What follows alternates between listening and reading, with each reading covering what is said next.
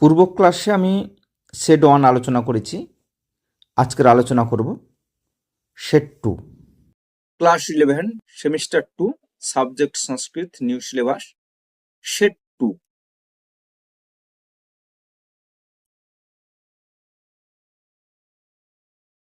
তো ভাষায় উত্তর দাও, যে কোনো 3টি, 2 মার্ক করে। এগুলো কিন্তু সংস্কৃতে লিখতে হবে। আমি এখানে লিখে দিয়েছি। 1 নম্বর প্রশ্ন কি?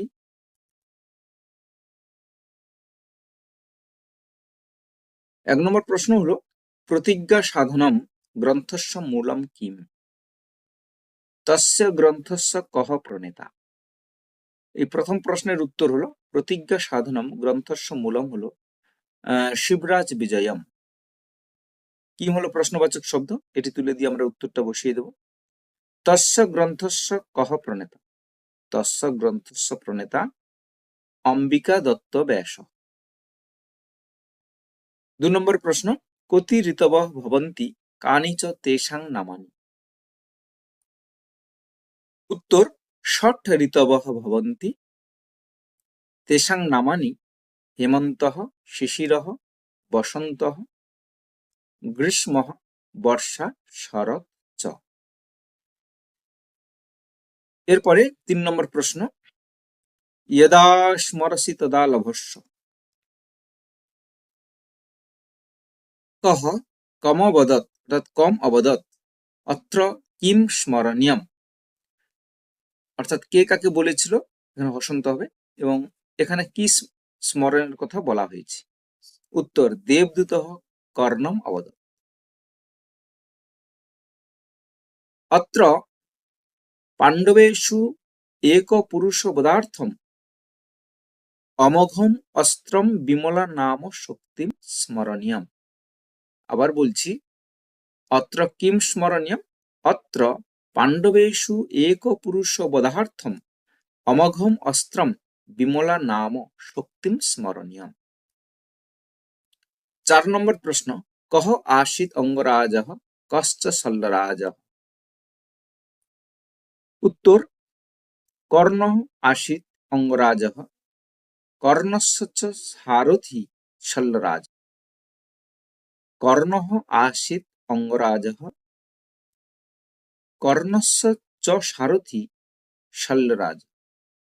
আবার শল্যরাজকে না, তথা এখানে আমি ব্যাকেটে দিয়েছি নকুল সহদেবয়োঃ মাতুলঃ।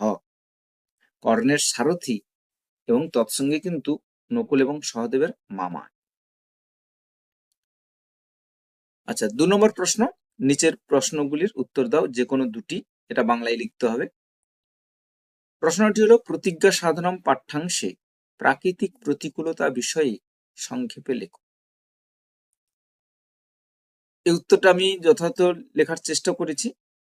অস্তাচলগামী রক্তিম সূর্যের আভায় দিগন্ত লাল বর্ণ ধারণ করেছে। সন্ধ্যা বাড়ার সঙ্গে সঙ্গে অন্ধকার ক্রমশ গাঢ় হচ্ছে। সুবিশাল হস্তিশুণ্ড বিশিষ্ট গগনবেদী মেঘের গর্জন পরিবেশকে ভয়ানক করে তুলেছে। ঘূর্ণিঝড়ে উড়ন্ত ধুলো, ঝরা পাতা, ফুলের পরাগ অন্ধকারকে দ্বিগুণ করে তুলল বা তুলেছেও লিখতে পারেন। গাছের মর্মর শব্দ, পাথরের পতন, বন্যপ্রাণীদের ভয়ঙ্কর আর্তনাদে মহান্ধকারে আচ্ছন্ন পার্বত্য বনভূমি যেন এক ভয়ঙ্কর রূপ ধারণ করেছে। এছাড়াও যে পয়েন্টগুলো আছে যোগ করতে পারেন। 2 নম্বর প্রশ্ন, ঋতুচর্যা পাঠ্যানুসারে প্রথম ও শেষ ঋতু দুটি লেখো। উত্তর, ঋতুচর্যা পাঠ্যানুসারে প্রথম ও শেষ ঋতু দুটি হলো যথাক্রমে হেমন্ত ও শরৎ। অর্থাৎ প্রথমে এখানে যে ঋতুটির বর্ণনা করেছে সেটা হলো হেমন্ত এবং শেষ ঋতুটি হলো শরৎ।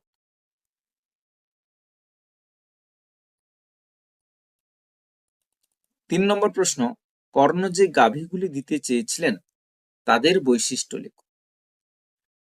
উত্তর, কর্ণ ইন্দ্রকে অমৃততুল্য দুগ্ধ প্রদানকারী, সুদর্শন, তরুণ, বলিষ্ঠ, স্বর্ণ শৃঙ্খলযুক্ত, প্রার্থীদের বহু আকাঙ্ক্ষিত, দুগ্ধপ্রাণে তৃপ্ত, সবৎস 1000 গাভী দান করতে চেয়েছিলেন।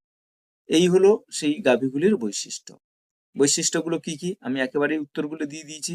অমৃত তুল্য দুগ্ধ প্রদানকারী, সুদর্শন, তরুণ, বলিষ্ঠ, স্বর্ণ শৃঙ্খলযুক্ত,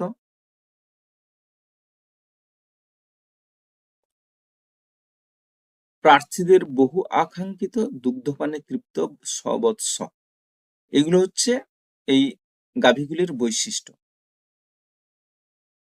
4 নম্বর প্রশ্ন, নির্দেশানুসারে নিচের প্রশ্নগুলির উত্তর দাও। যে কোনো 5টি। 1 নম্বর হচ্ছে বিসর্গ স্থানে র হওয়ার সূত্রটি উদাহরণ সহ লেখো।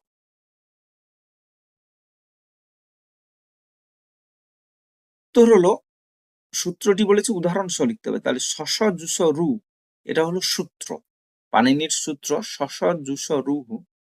হ্যাঁ, এটা আমি ব্র্যাকেটে দিয়ে দিয়েছি ব্যাখ্যা করে। এবং এই শেষে উদাহরণ শ্রীযুক্ত অসৌ, এই যে বিসর্গ কিন্তু র হয়ে গেছে, শ্রীযুক্ত অসৌ, তাহলে বিসর্গ কি সে পরিণত হলো রতে, শ্রী রসু গতি তৈয়ম গতিরিয়ম। আমি এখানে ব্যাখ্যা করে লিখে দিয়েছি এই সসজুসরু এর ব্যাখ্যাটা। অ ও আ ভিন্ন অন্য যে কোনো স্বরবর্ণের পর যদি বিসর্গ থাকে এবং বিসর্গের পরে স্বরবর্ণ ও বর্গের তৃতীয়, চতুর্থ, পঞ্চম বর্ণ এবং অন্তস্থ বর্ণ ইয়, র, ল, ও অথবা হ থাকে, তাহলে বিসর্গের জায়গায় র হবে। এই হলো সূত্রের ব্যাখ্যা। সেই অনুসারে কিন্তু এখানে উদাহরণ দেওয়া আছে। এখানে বলেছে সূত্রটি উদাহরণ ছিল, তাহলে আমাদের সূত্র এবং উদাহরণ দিতে বলেছে। যদি ব্যাখ্যা চাই তখন এই ব্যাখ্যাটা দিতে হবে। নম্বর প্রশ্ন, দৃশ ধাতু কোন পদী উক্ত ধাতুর লট লকারে দৃশ স্থানে কি আদেশ হয়? উত্তর, দৃশ ধাতু হলো পরস্ময়ী পদী। আচ্ছা, এটা পরস্ময়ী পদী হবে। আচ্ছা, আমি এখানে ঐকাটা লেখার চেষ্টা করলাম, পরস্ময়ী পদী। উক্ত ধাতুর লট লকারে এখানে পশ্য আদেশ হয়, অর্থাৎ আমরা পশ্যতি, পশ্যতঃ, পশ্যন্তি, এইভাবে আমরা কিন্তু দৃষ্টানে পশ্য দিয়ে কিন্তু বিভক্তিগুলো যুক্ত করি। 3 নম্বর প্রশ্ন কি বলেছে, সত্য মিথ্যা নির্ণয় করো। বলেছে সত্য মিথ্যা নির্ণয় করো।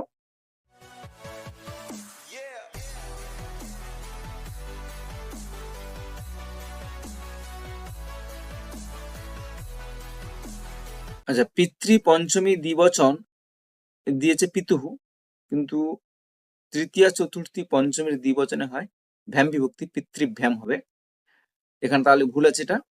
আর পিতৃ সপ্তমী দ্বিবচন, এখানে অ্যান্সার হবে পিতৃভ, তাহলে এটাই হলো সঠিক, অসু বিভক্তি হয় খ, এটাই হলো সঠিক, পিতৃ সপ্তমী দ্বিবচনে পিতৃভ। 4 দাগের প্রশ্ন, তুমুন প্রত্যয়ের দুটি বৈশিষ্ট্য লেখো। উত্তর, বাংলায় পড়তে, যেতে, দেখতে ইত্যাদি নিমিত্তবোধক ধাতুতে তুমুন প্রত্যয়ের ব্যবহার হয়।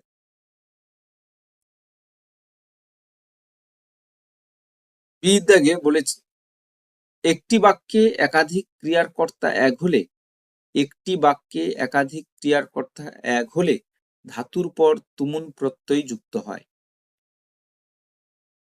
আবার বলি, বাংলায় পড়তে, যেতে, দেখতে ইত্যাদি নিমিত্তবোধক ধাতুতে তুমুন প্রত্যয়ের ব্যবহার হয়। আবার একটি বাক্যে একাধিক ক্রিয়ার কর্তা যদি এক হয়, তাহলেও কিন্তু ধাতুর পরে তুমুন প্রত্যয় যুক্ত হবে। আচ্ছা, 5 দাগের প্রশ্ন কি বলেছে, ইতিযুক্ত আদি সাধিত রূপটি লিখে উপযুক্ত সূত্রটি ব্যাখ্যা কর। সূত্র ইকো ইয়ানাচি, তাহলে ইতিযুক্ত আদি কি হবে, ইত্যাদি। দেখলাম ইতিযুক্ত আদি ইত্যাদি, তাহলে ইকার স্থানে, ইকারের পর কিন্তু অন্য স্বরবর্ণ আছে, তাহলে ইকার স্থানে কি হবে, ইয়ন, অর্থাৎ অন্তস্থ হবে বা জফলা হবে। তাহলে সূত্র কি, ইকো ইয়ানাচি। ব্যাখ্যাটা কি না, অসবর্ণ অজ, অর্থাৎ সমান বর্ণ নয়, অসবর্ণ, অজ অর্থাৎ স্বরবর্ণ প্রত্যাহারস্থ বর্ণ পরে থাকলে ইক অর্থাৎ ই, উ, রি, লি স্থানে যথাক্রমে ইয়ন অর্থাৎ ইয়, ব, র, ল হয়। অর্থাৎ কিভাবে হবে না, হর্ষ স্থানে ইয় হবে, হর্ষ স্থানে ব হবে, আর রি স্থানে র, আর লি স্থানে ল, এইভাবে কিন্তু আদেশ হবে। ইকো জানাচ্ছি সূত্রানুসারে। কোনো সমস্যা হলে অবশ্যই কমেন্টে জানাবেন। পরবর্তী প্রশ্ন, লট লকার কখন অতীতকালে হয় তা উদাহরণের মাধ্যমে বোঝাও। প্রথমে ইতিহাস বা ঐতিহাসিক প্রাচীন গল্প বা উপন্যাসে অতীতকালের ঘটনা বোঝাতে লট লকারের ব্যবহার হয়। আমরা প্রাচীন গল্প বা কথাগুলো আমরা দেখেছি অস্থি দিয়ে শুরু হয়, কিন্তু এর অর্থ ছিল অস্থি দাক্ষিণাত্যে মহিলার উপম নাম নগরম। তাহলে অস্থি এটা কিন্তু লট লকার হলো, এটা কিন্তু অতীতকাল অর্থে ব্যবহার হয়েছে। পরবর্তী কি না, নিত্যবৃত্ত অতীত বোঝালেও লট লকারের ব্যবহার। নিত্যবৃত্ত অতীত আমি এখানে উদাহরণ দিয়েছি, কশ্চিৎ কাকঃ বৃক্ষ শাখায়াম স্বপিতি। এটা দেখে মনে হচ্ছে যেন লট লকার, এখানে আমি এই জন্য ইংলিশটা দিয়ে দিয়েছি একো ইউজড, এই যে অতীতকাল হয়ে গেছে। To sleep on a branch of a tree, এই যে নিত্যবৃত্ত অতীত বোঝাতে কিন্তু লট লকারের ব্যবহার হয়। আচ্ছা, পরবর্তী কি না, স্ম শব্দের যুগে অতীতকালে লট লকারের ব্যবহার হয়। এটা আমরা দেখে থাকি যে লট লকারের পরে স্ম যোগ করলে কিন্তু অতীতকাল হয়। উদাহরণ কি, সহ প্রতিদিনম প্রাতঃ যোগাভ্যাসম করতি স্ম। সহ প্রতিদিনম প্রাতঃ যোগাভ্যাসম করতি স্ম, অর্থাৎ সে প্রতিদিন সকালে যোগাভ্যাস করত।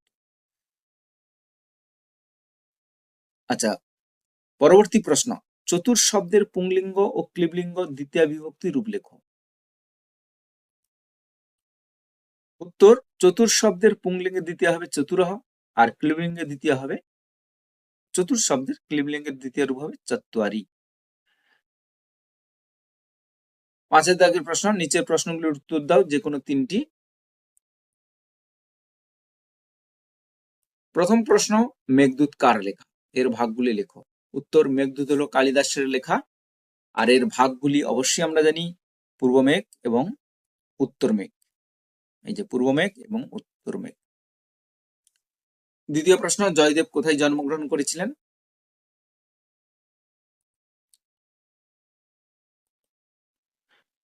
আচ্ছা, এখানে উত্তরটা লেখা হয়নি, আমি একটু লিখে দিয়েছি এখানে। জয়দেব কোথায় জন্মগ্রহণ করেছিলেন। জয়দেব জন্মগ্রহণ করেছিলেন কেন্দুবিল্ল গ্রামে। আবার এই গ্রাম নিয়ে যথেষ্ট বিতর্ক রয়েছে। এই কেন্দুবিল্ল বলতে বীরভূমের অজয় নদের তীরবর্তী কেন্দুলি গ্রামকে বোঝায়। আবার ওড়িশার পুরীর কাছেও কেন্দুলি নামে একটি গ্রাম আছে। এছাড়া মিথিলাতেও কেন্দুলি নামে একটি গ্রাম আছে। তাই বাংলা, ওড়িশা ও মিথিলা জয়দেবকে নিজের কবি রূপে দাবি করেন। তো আপনারা পারলে কেন্দুবিল্ল গ্রামে জন্মগ্রহণ করেছে বলেই লিখতে পারেন। তিনি কোন রাজার সভাকবি ছিলেন। তিনি হচ্ছে বাংলার সে স্বাধীন রাজা, এই যে লক্ষণ সেনের সভাকবি ছিলেন। বেদাঙ্গ কয়টি ও কি কি। বেদাঙ্গ 6টি, যথা শিক্ষা, কল্প, নিরুক্ত, ব্যাকরণ, ছন্দ ও জ্যোতিষ। এর পরবর্তী প্রশ্ন, গীতা মহাভারতের কোন পর্বের অন্তর্গত। গীতার অপর নাম লেখ। গীতা হলো মহাভারতের ভীষ্ম পর্বের অন্তর্গত, আর গীতার অপর নাম হলো সপ্তশতী। যেহেতু এখানে 700 শ্লোক রয়েছে, তাই গীতার অপর নাম সপ্তশতী। আমি এখানে সেট 2-তে কি কি বড় প্রশ্ন আছে তা আলোচনা করছি। 3-1, প্রথমে বলে দিই এখানে যে কোনো দুটি লিখতে হবে, গদ্য পদ্য এবং নাটক থেকে থাকবে। 1-এর দাগে দিয়েছে তাৎপর্য লেখো, কার্যং বা সাধয়েয়ম, দেহং বা পাতয়েয়ম। 2 নম্বরে দিয়েছে ঋতুচর্যা পাঠ্যাংশের সংক্ষিপ্ত সারে লেখো। 3 নম্বর প্রশ্ন, শক্র খলু ময়া বঞ্চিত। শক্রকে বক্তা কেন এমনটি মনে করেন, উত্তরের সপক্ষে যুক্তি দাও। এবং শেষে 6 নম্বরের যে বড় প্রশ্নটি 4 মার্কের আসে, নিচের প্রশ্নগুলির উত্তর দাও যে কোনো একটি। 1 নম্বরে দিয়েছে সমাজ জীবনে মহাভারতের প্রভাব লেখো, এবং 2 নম্বরে দিয়েছে শতপথ ব্রাহ্মণ সম্পর্কে যা জানো লেখো। এই দুটোর মধ্যে যে কোনো একটি লিখতে হবে, এটি 4 মার্কের।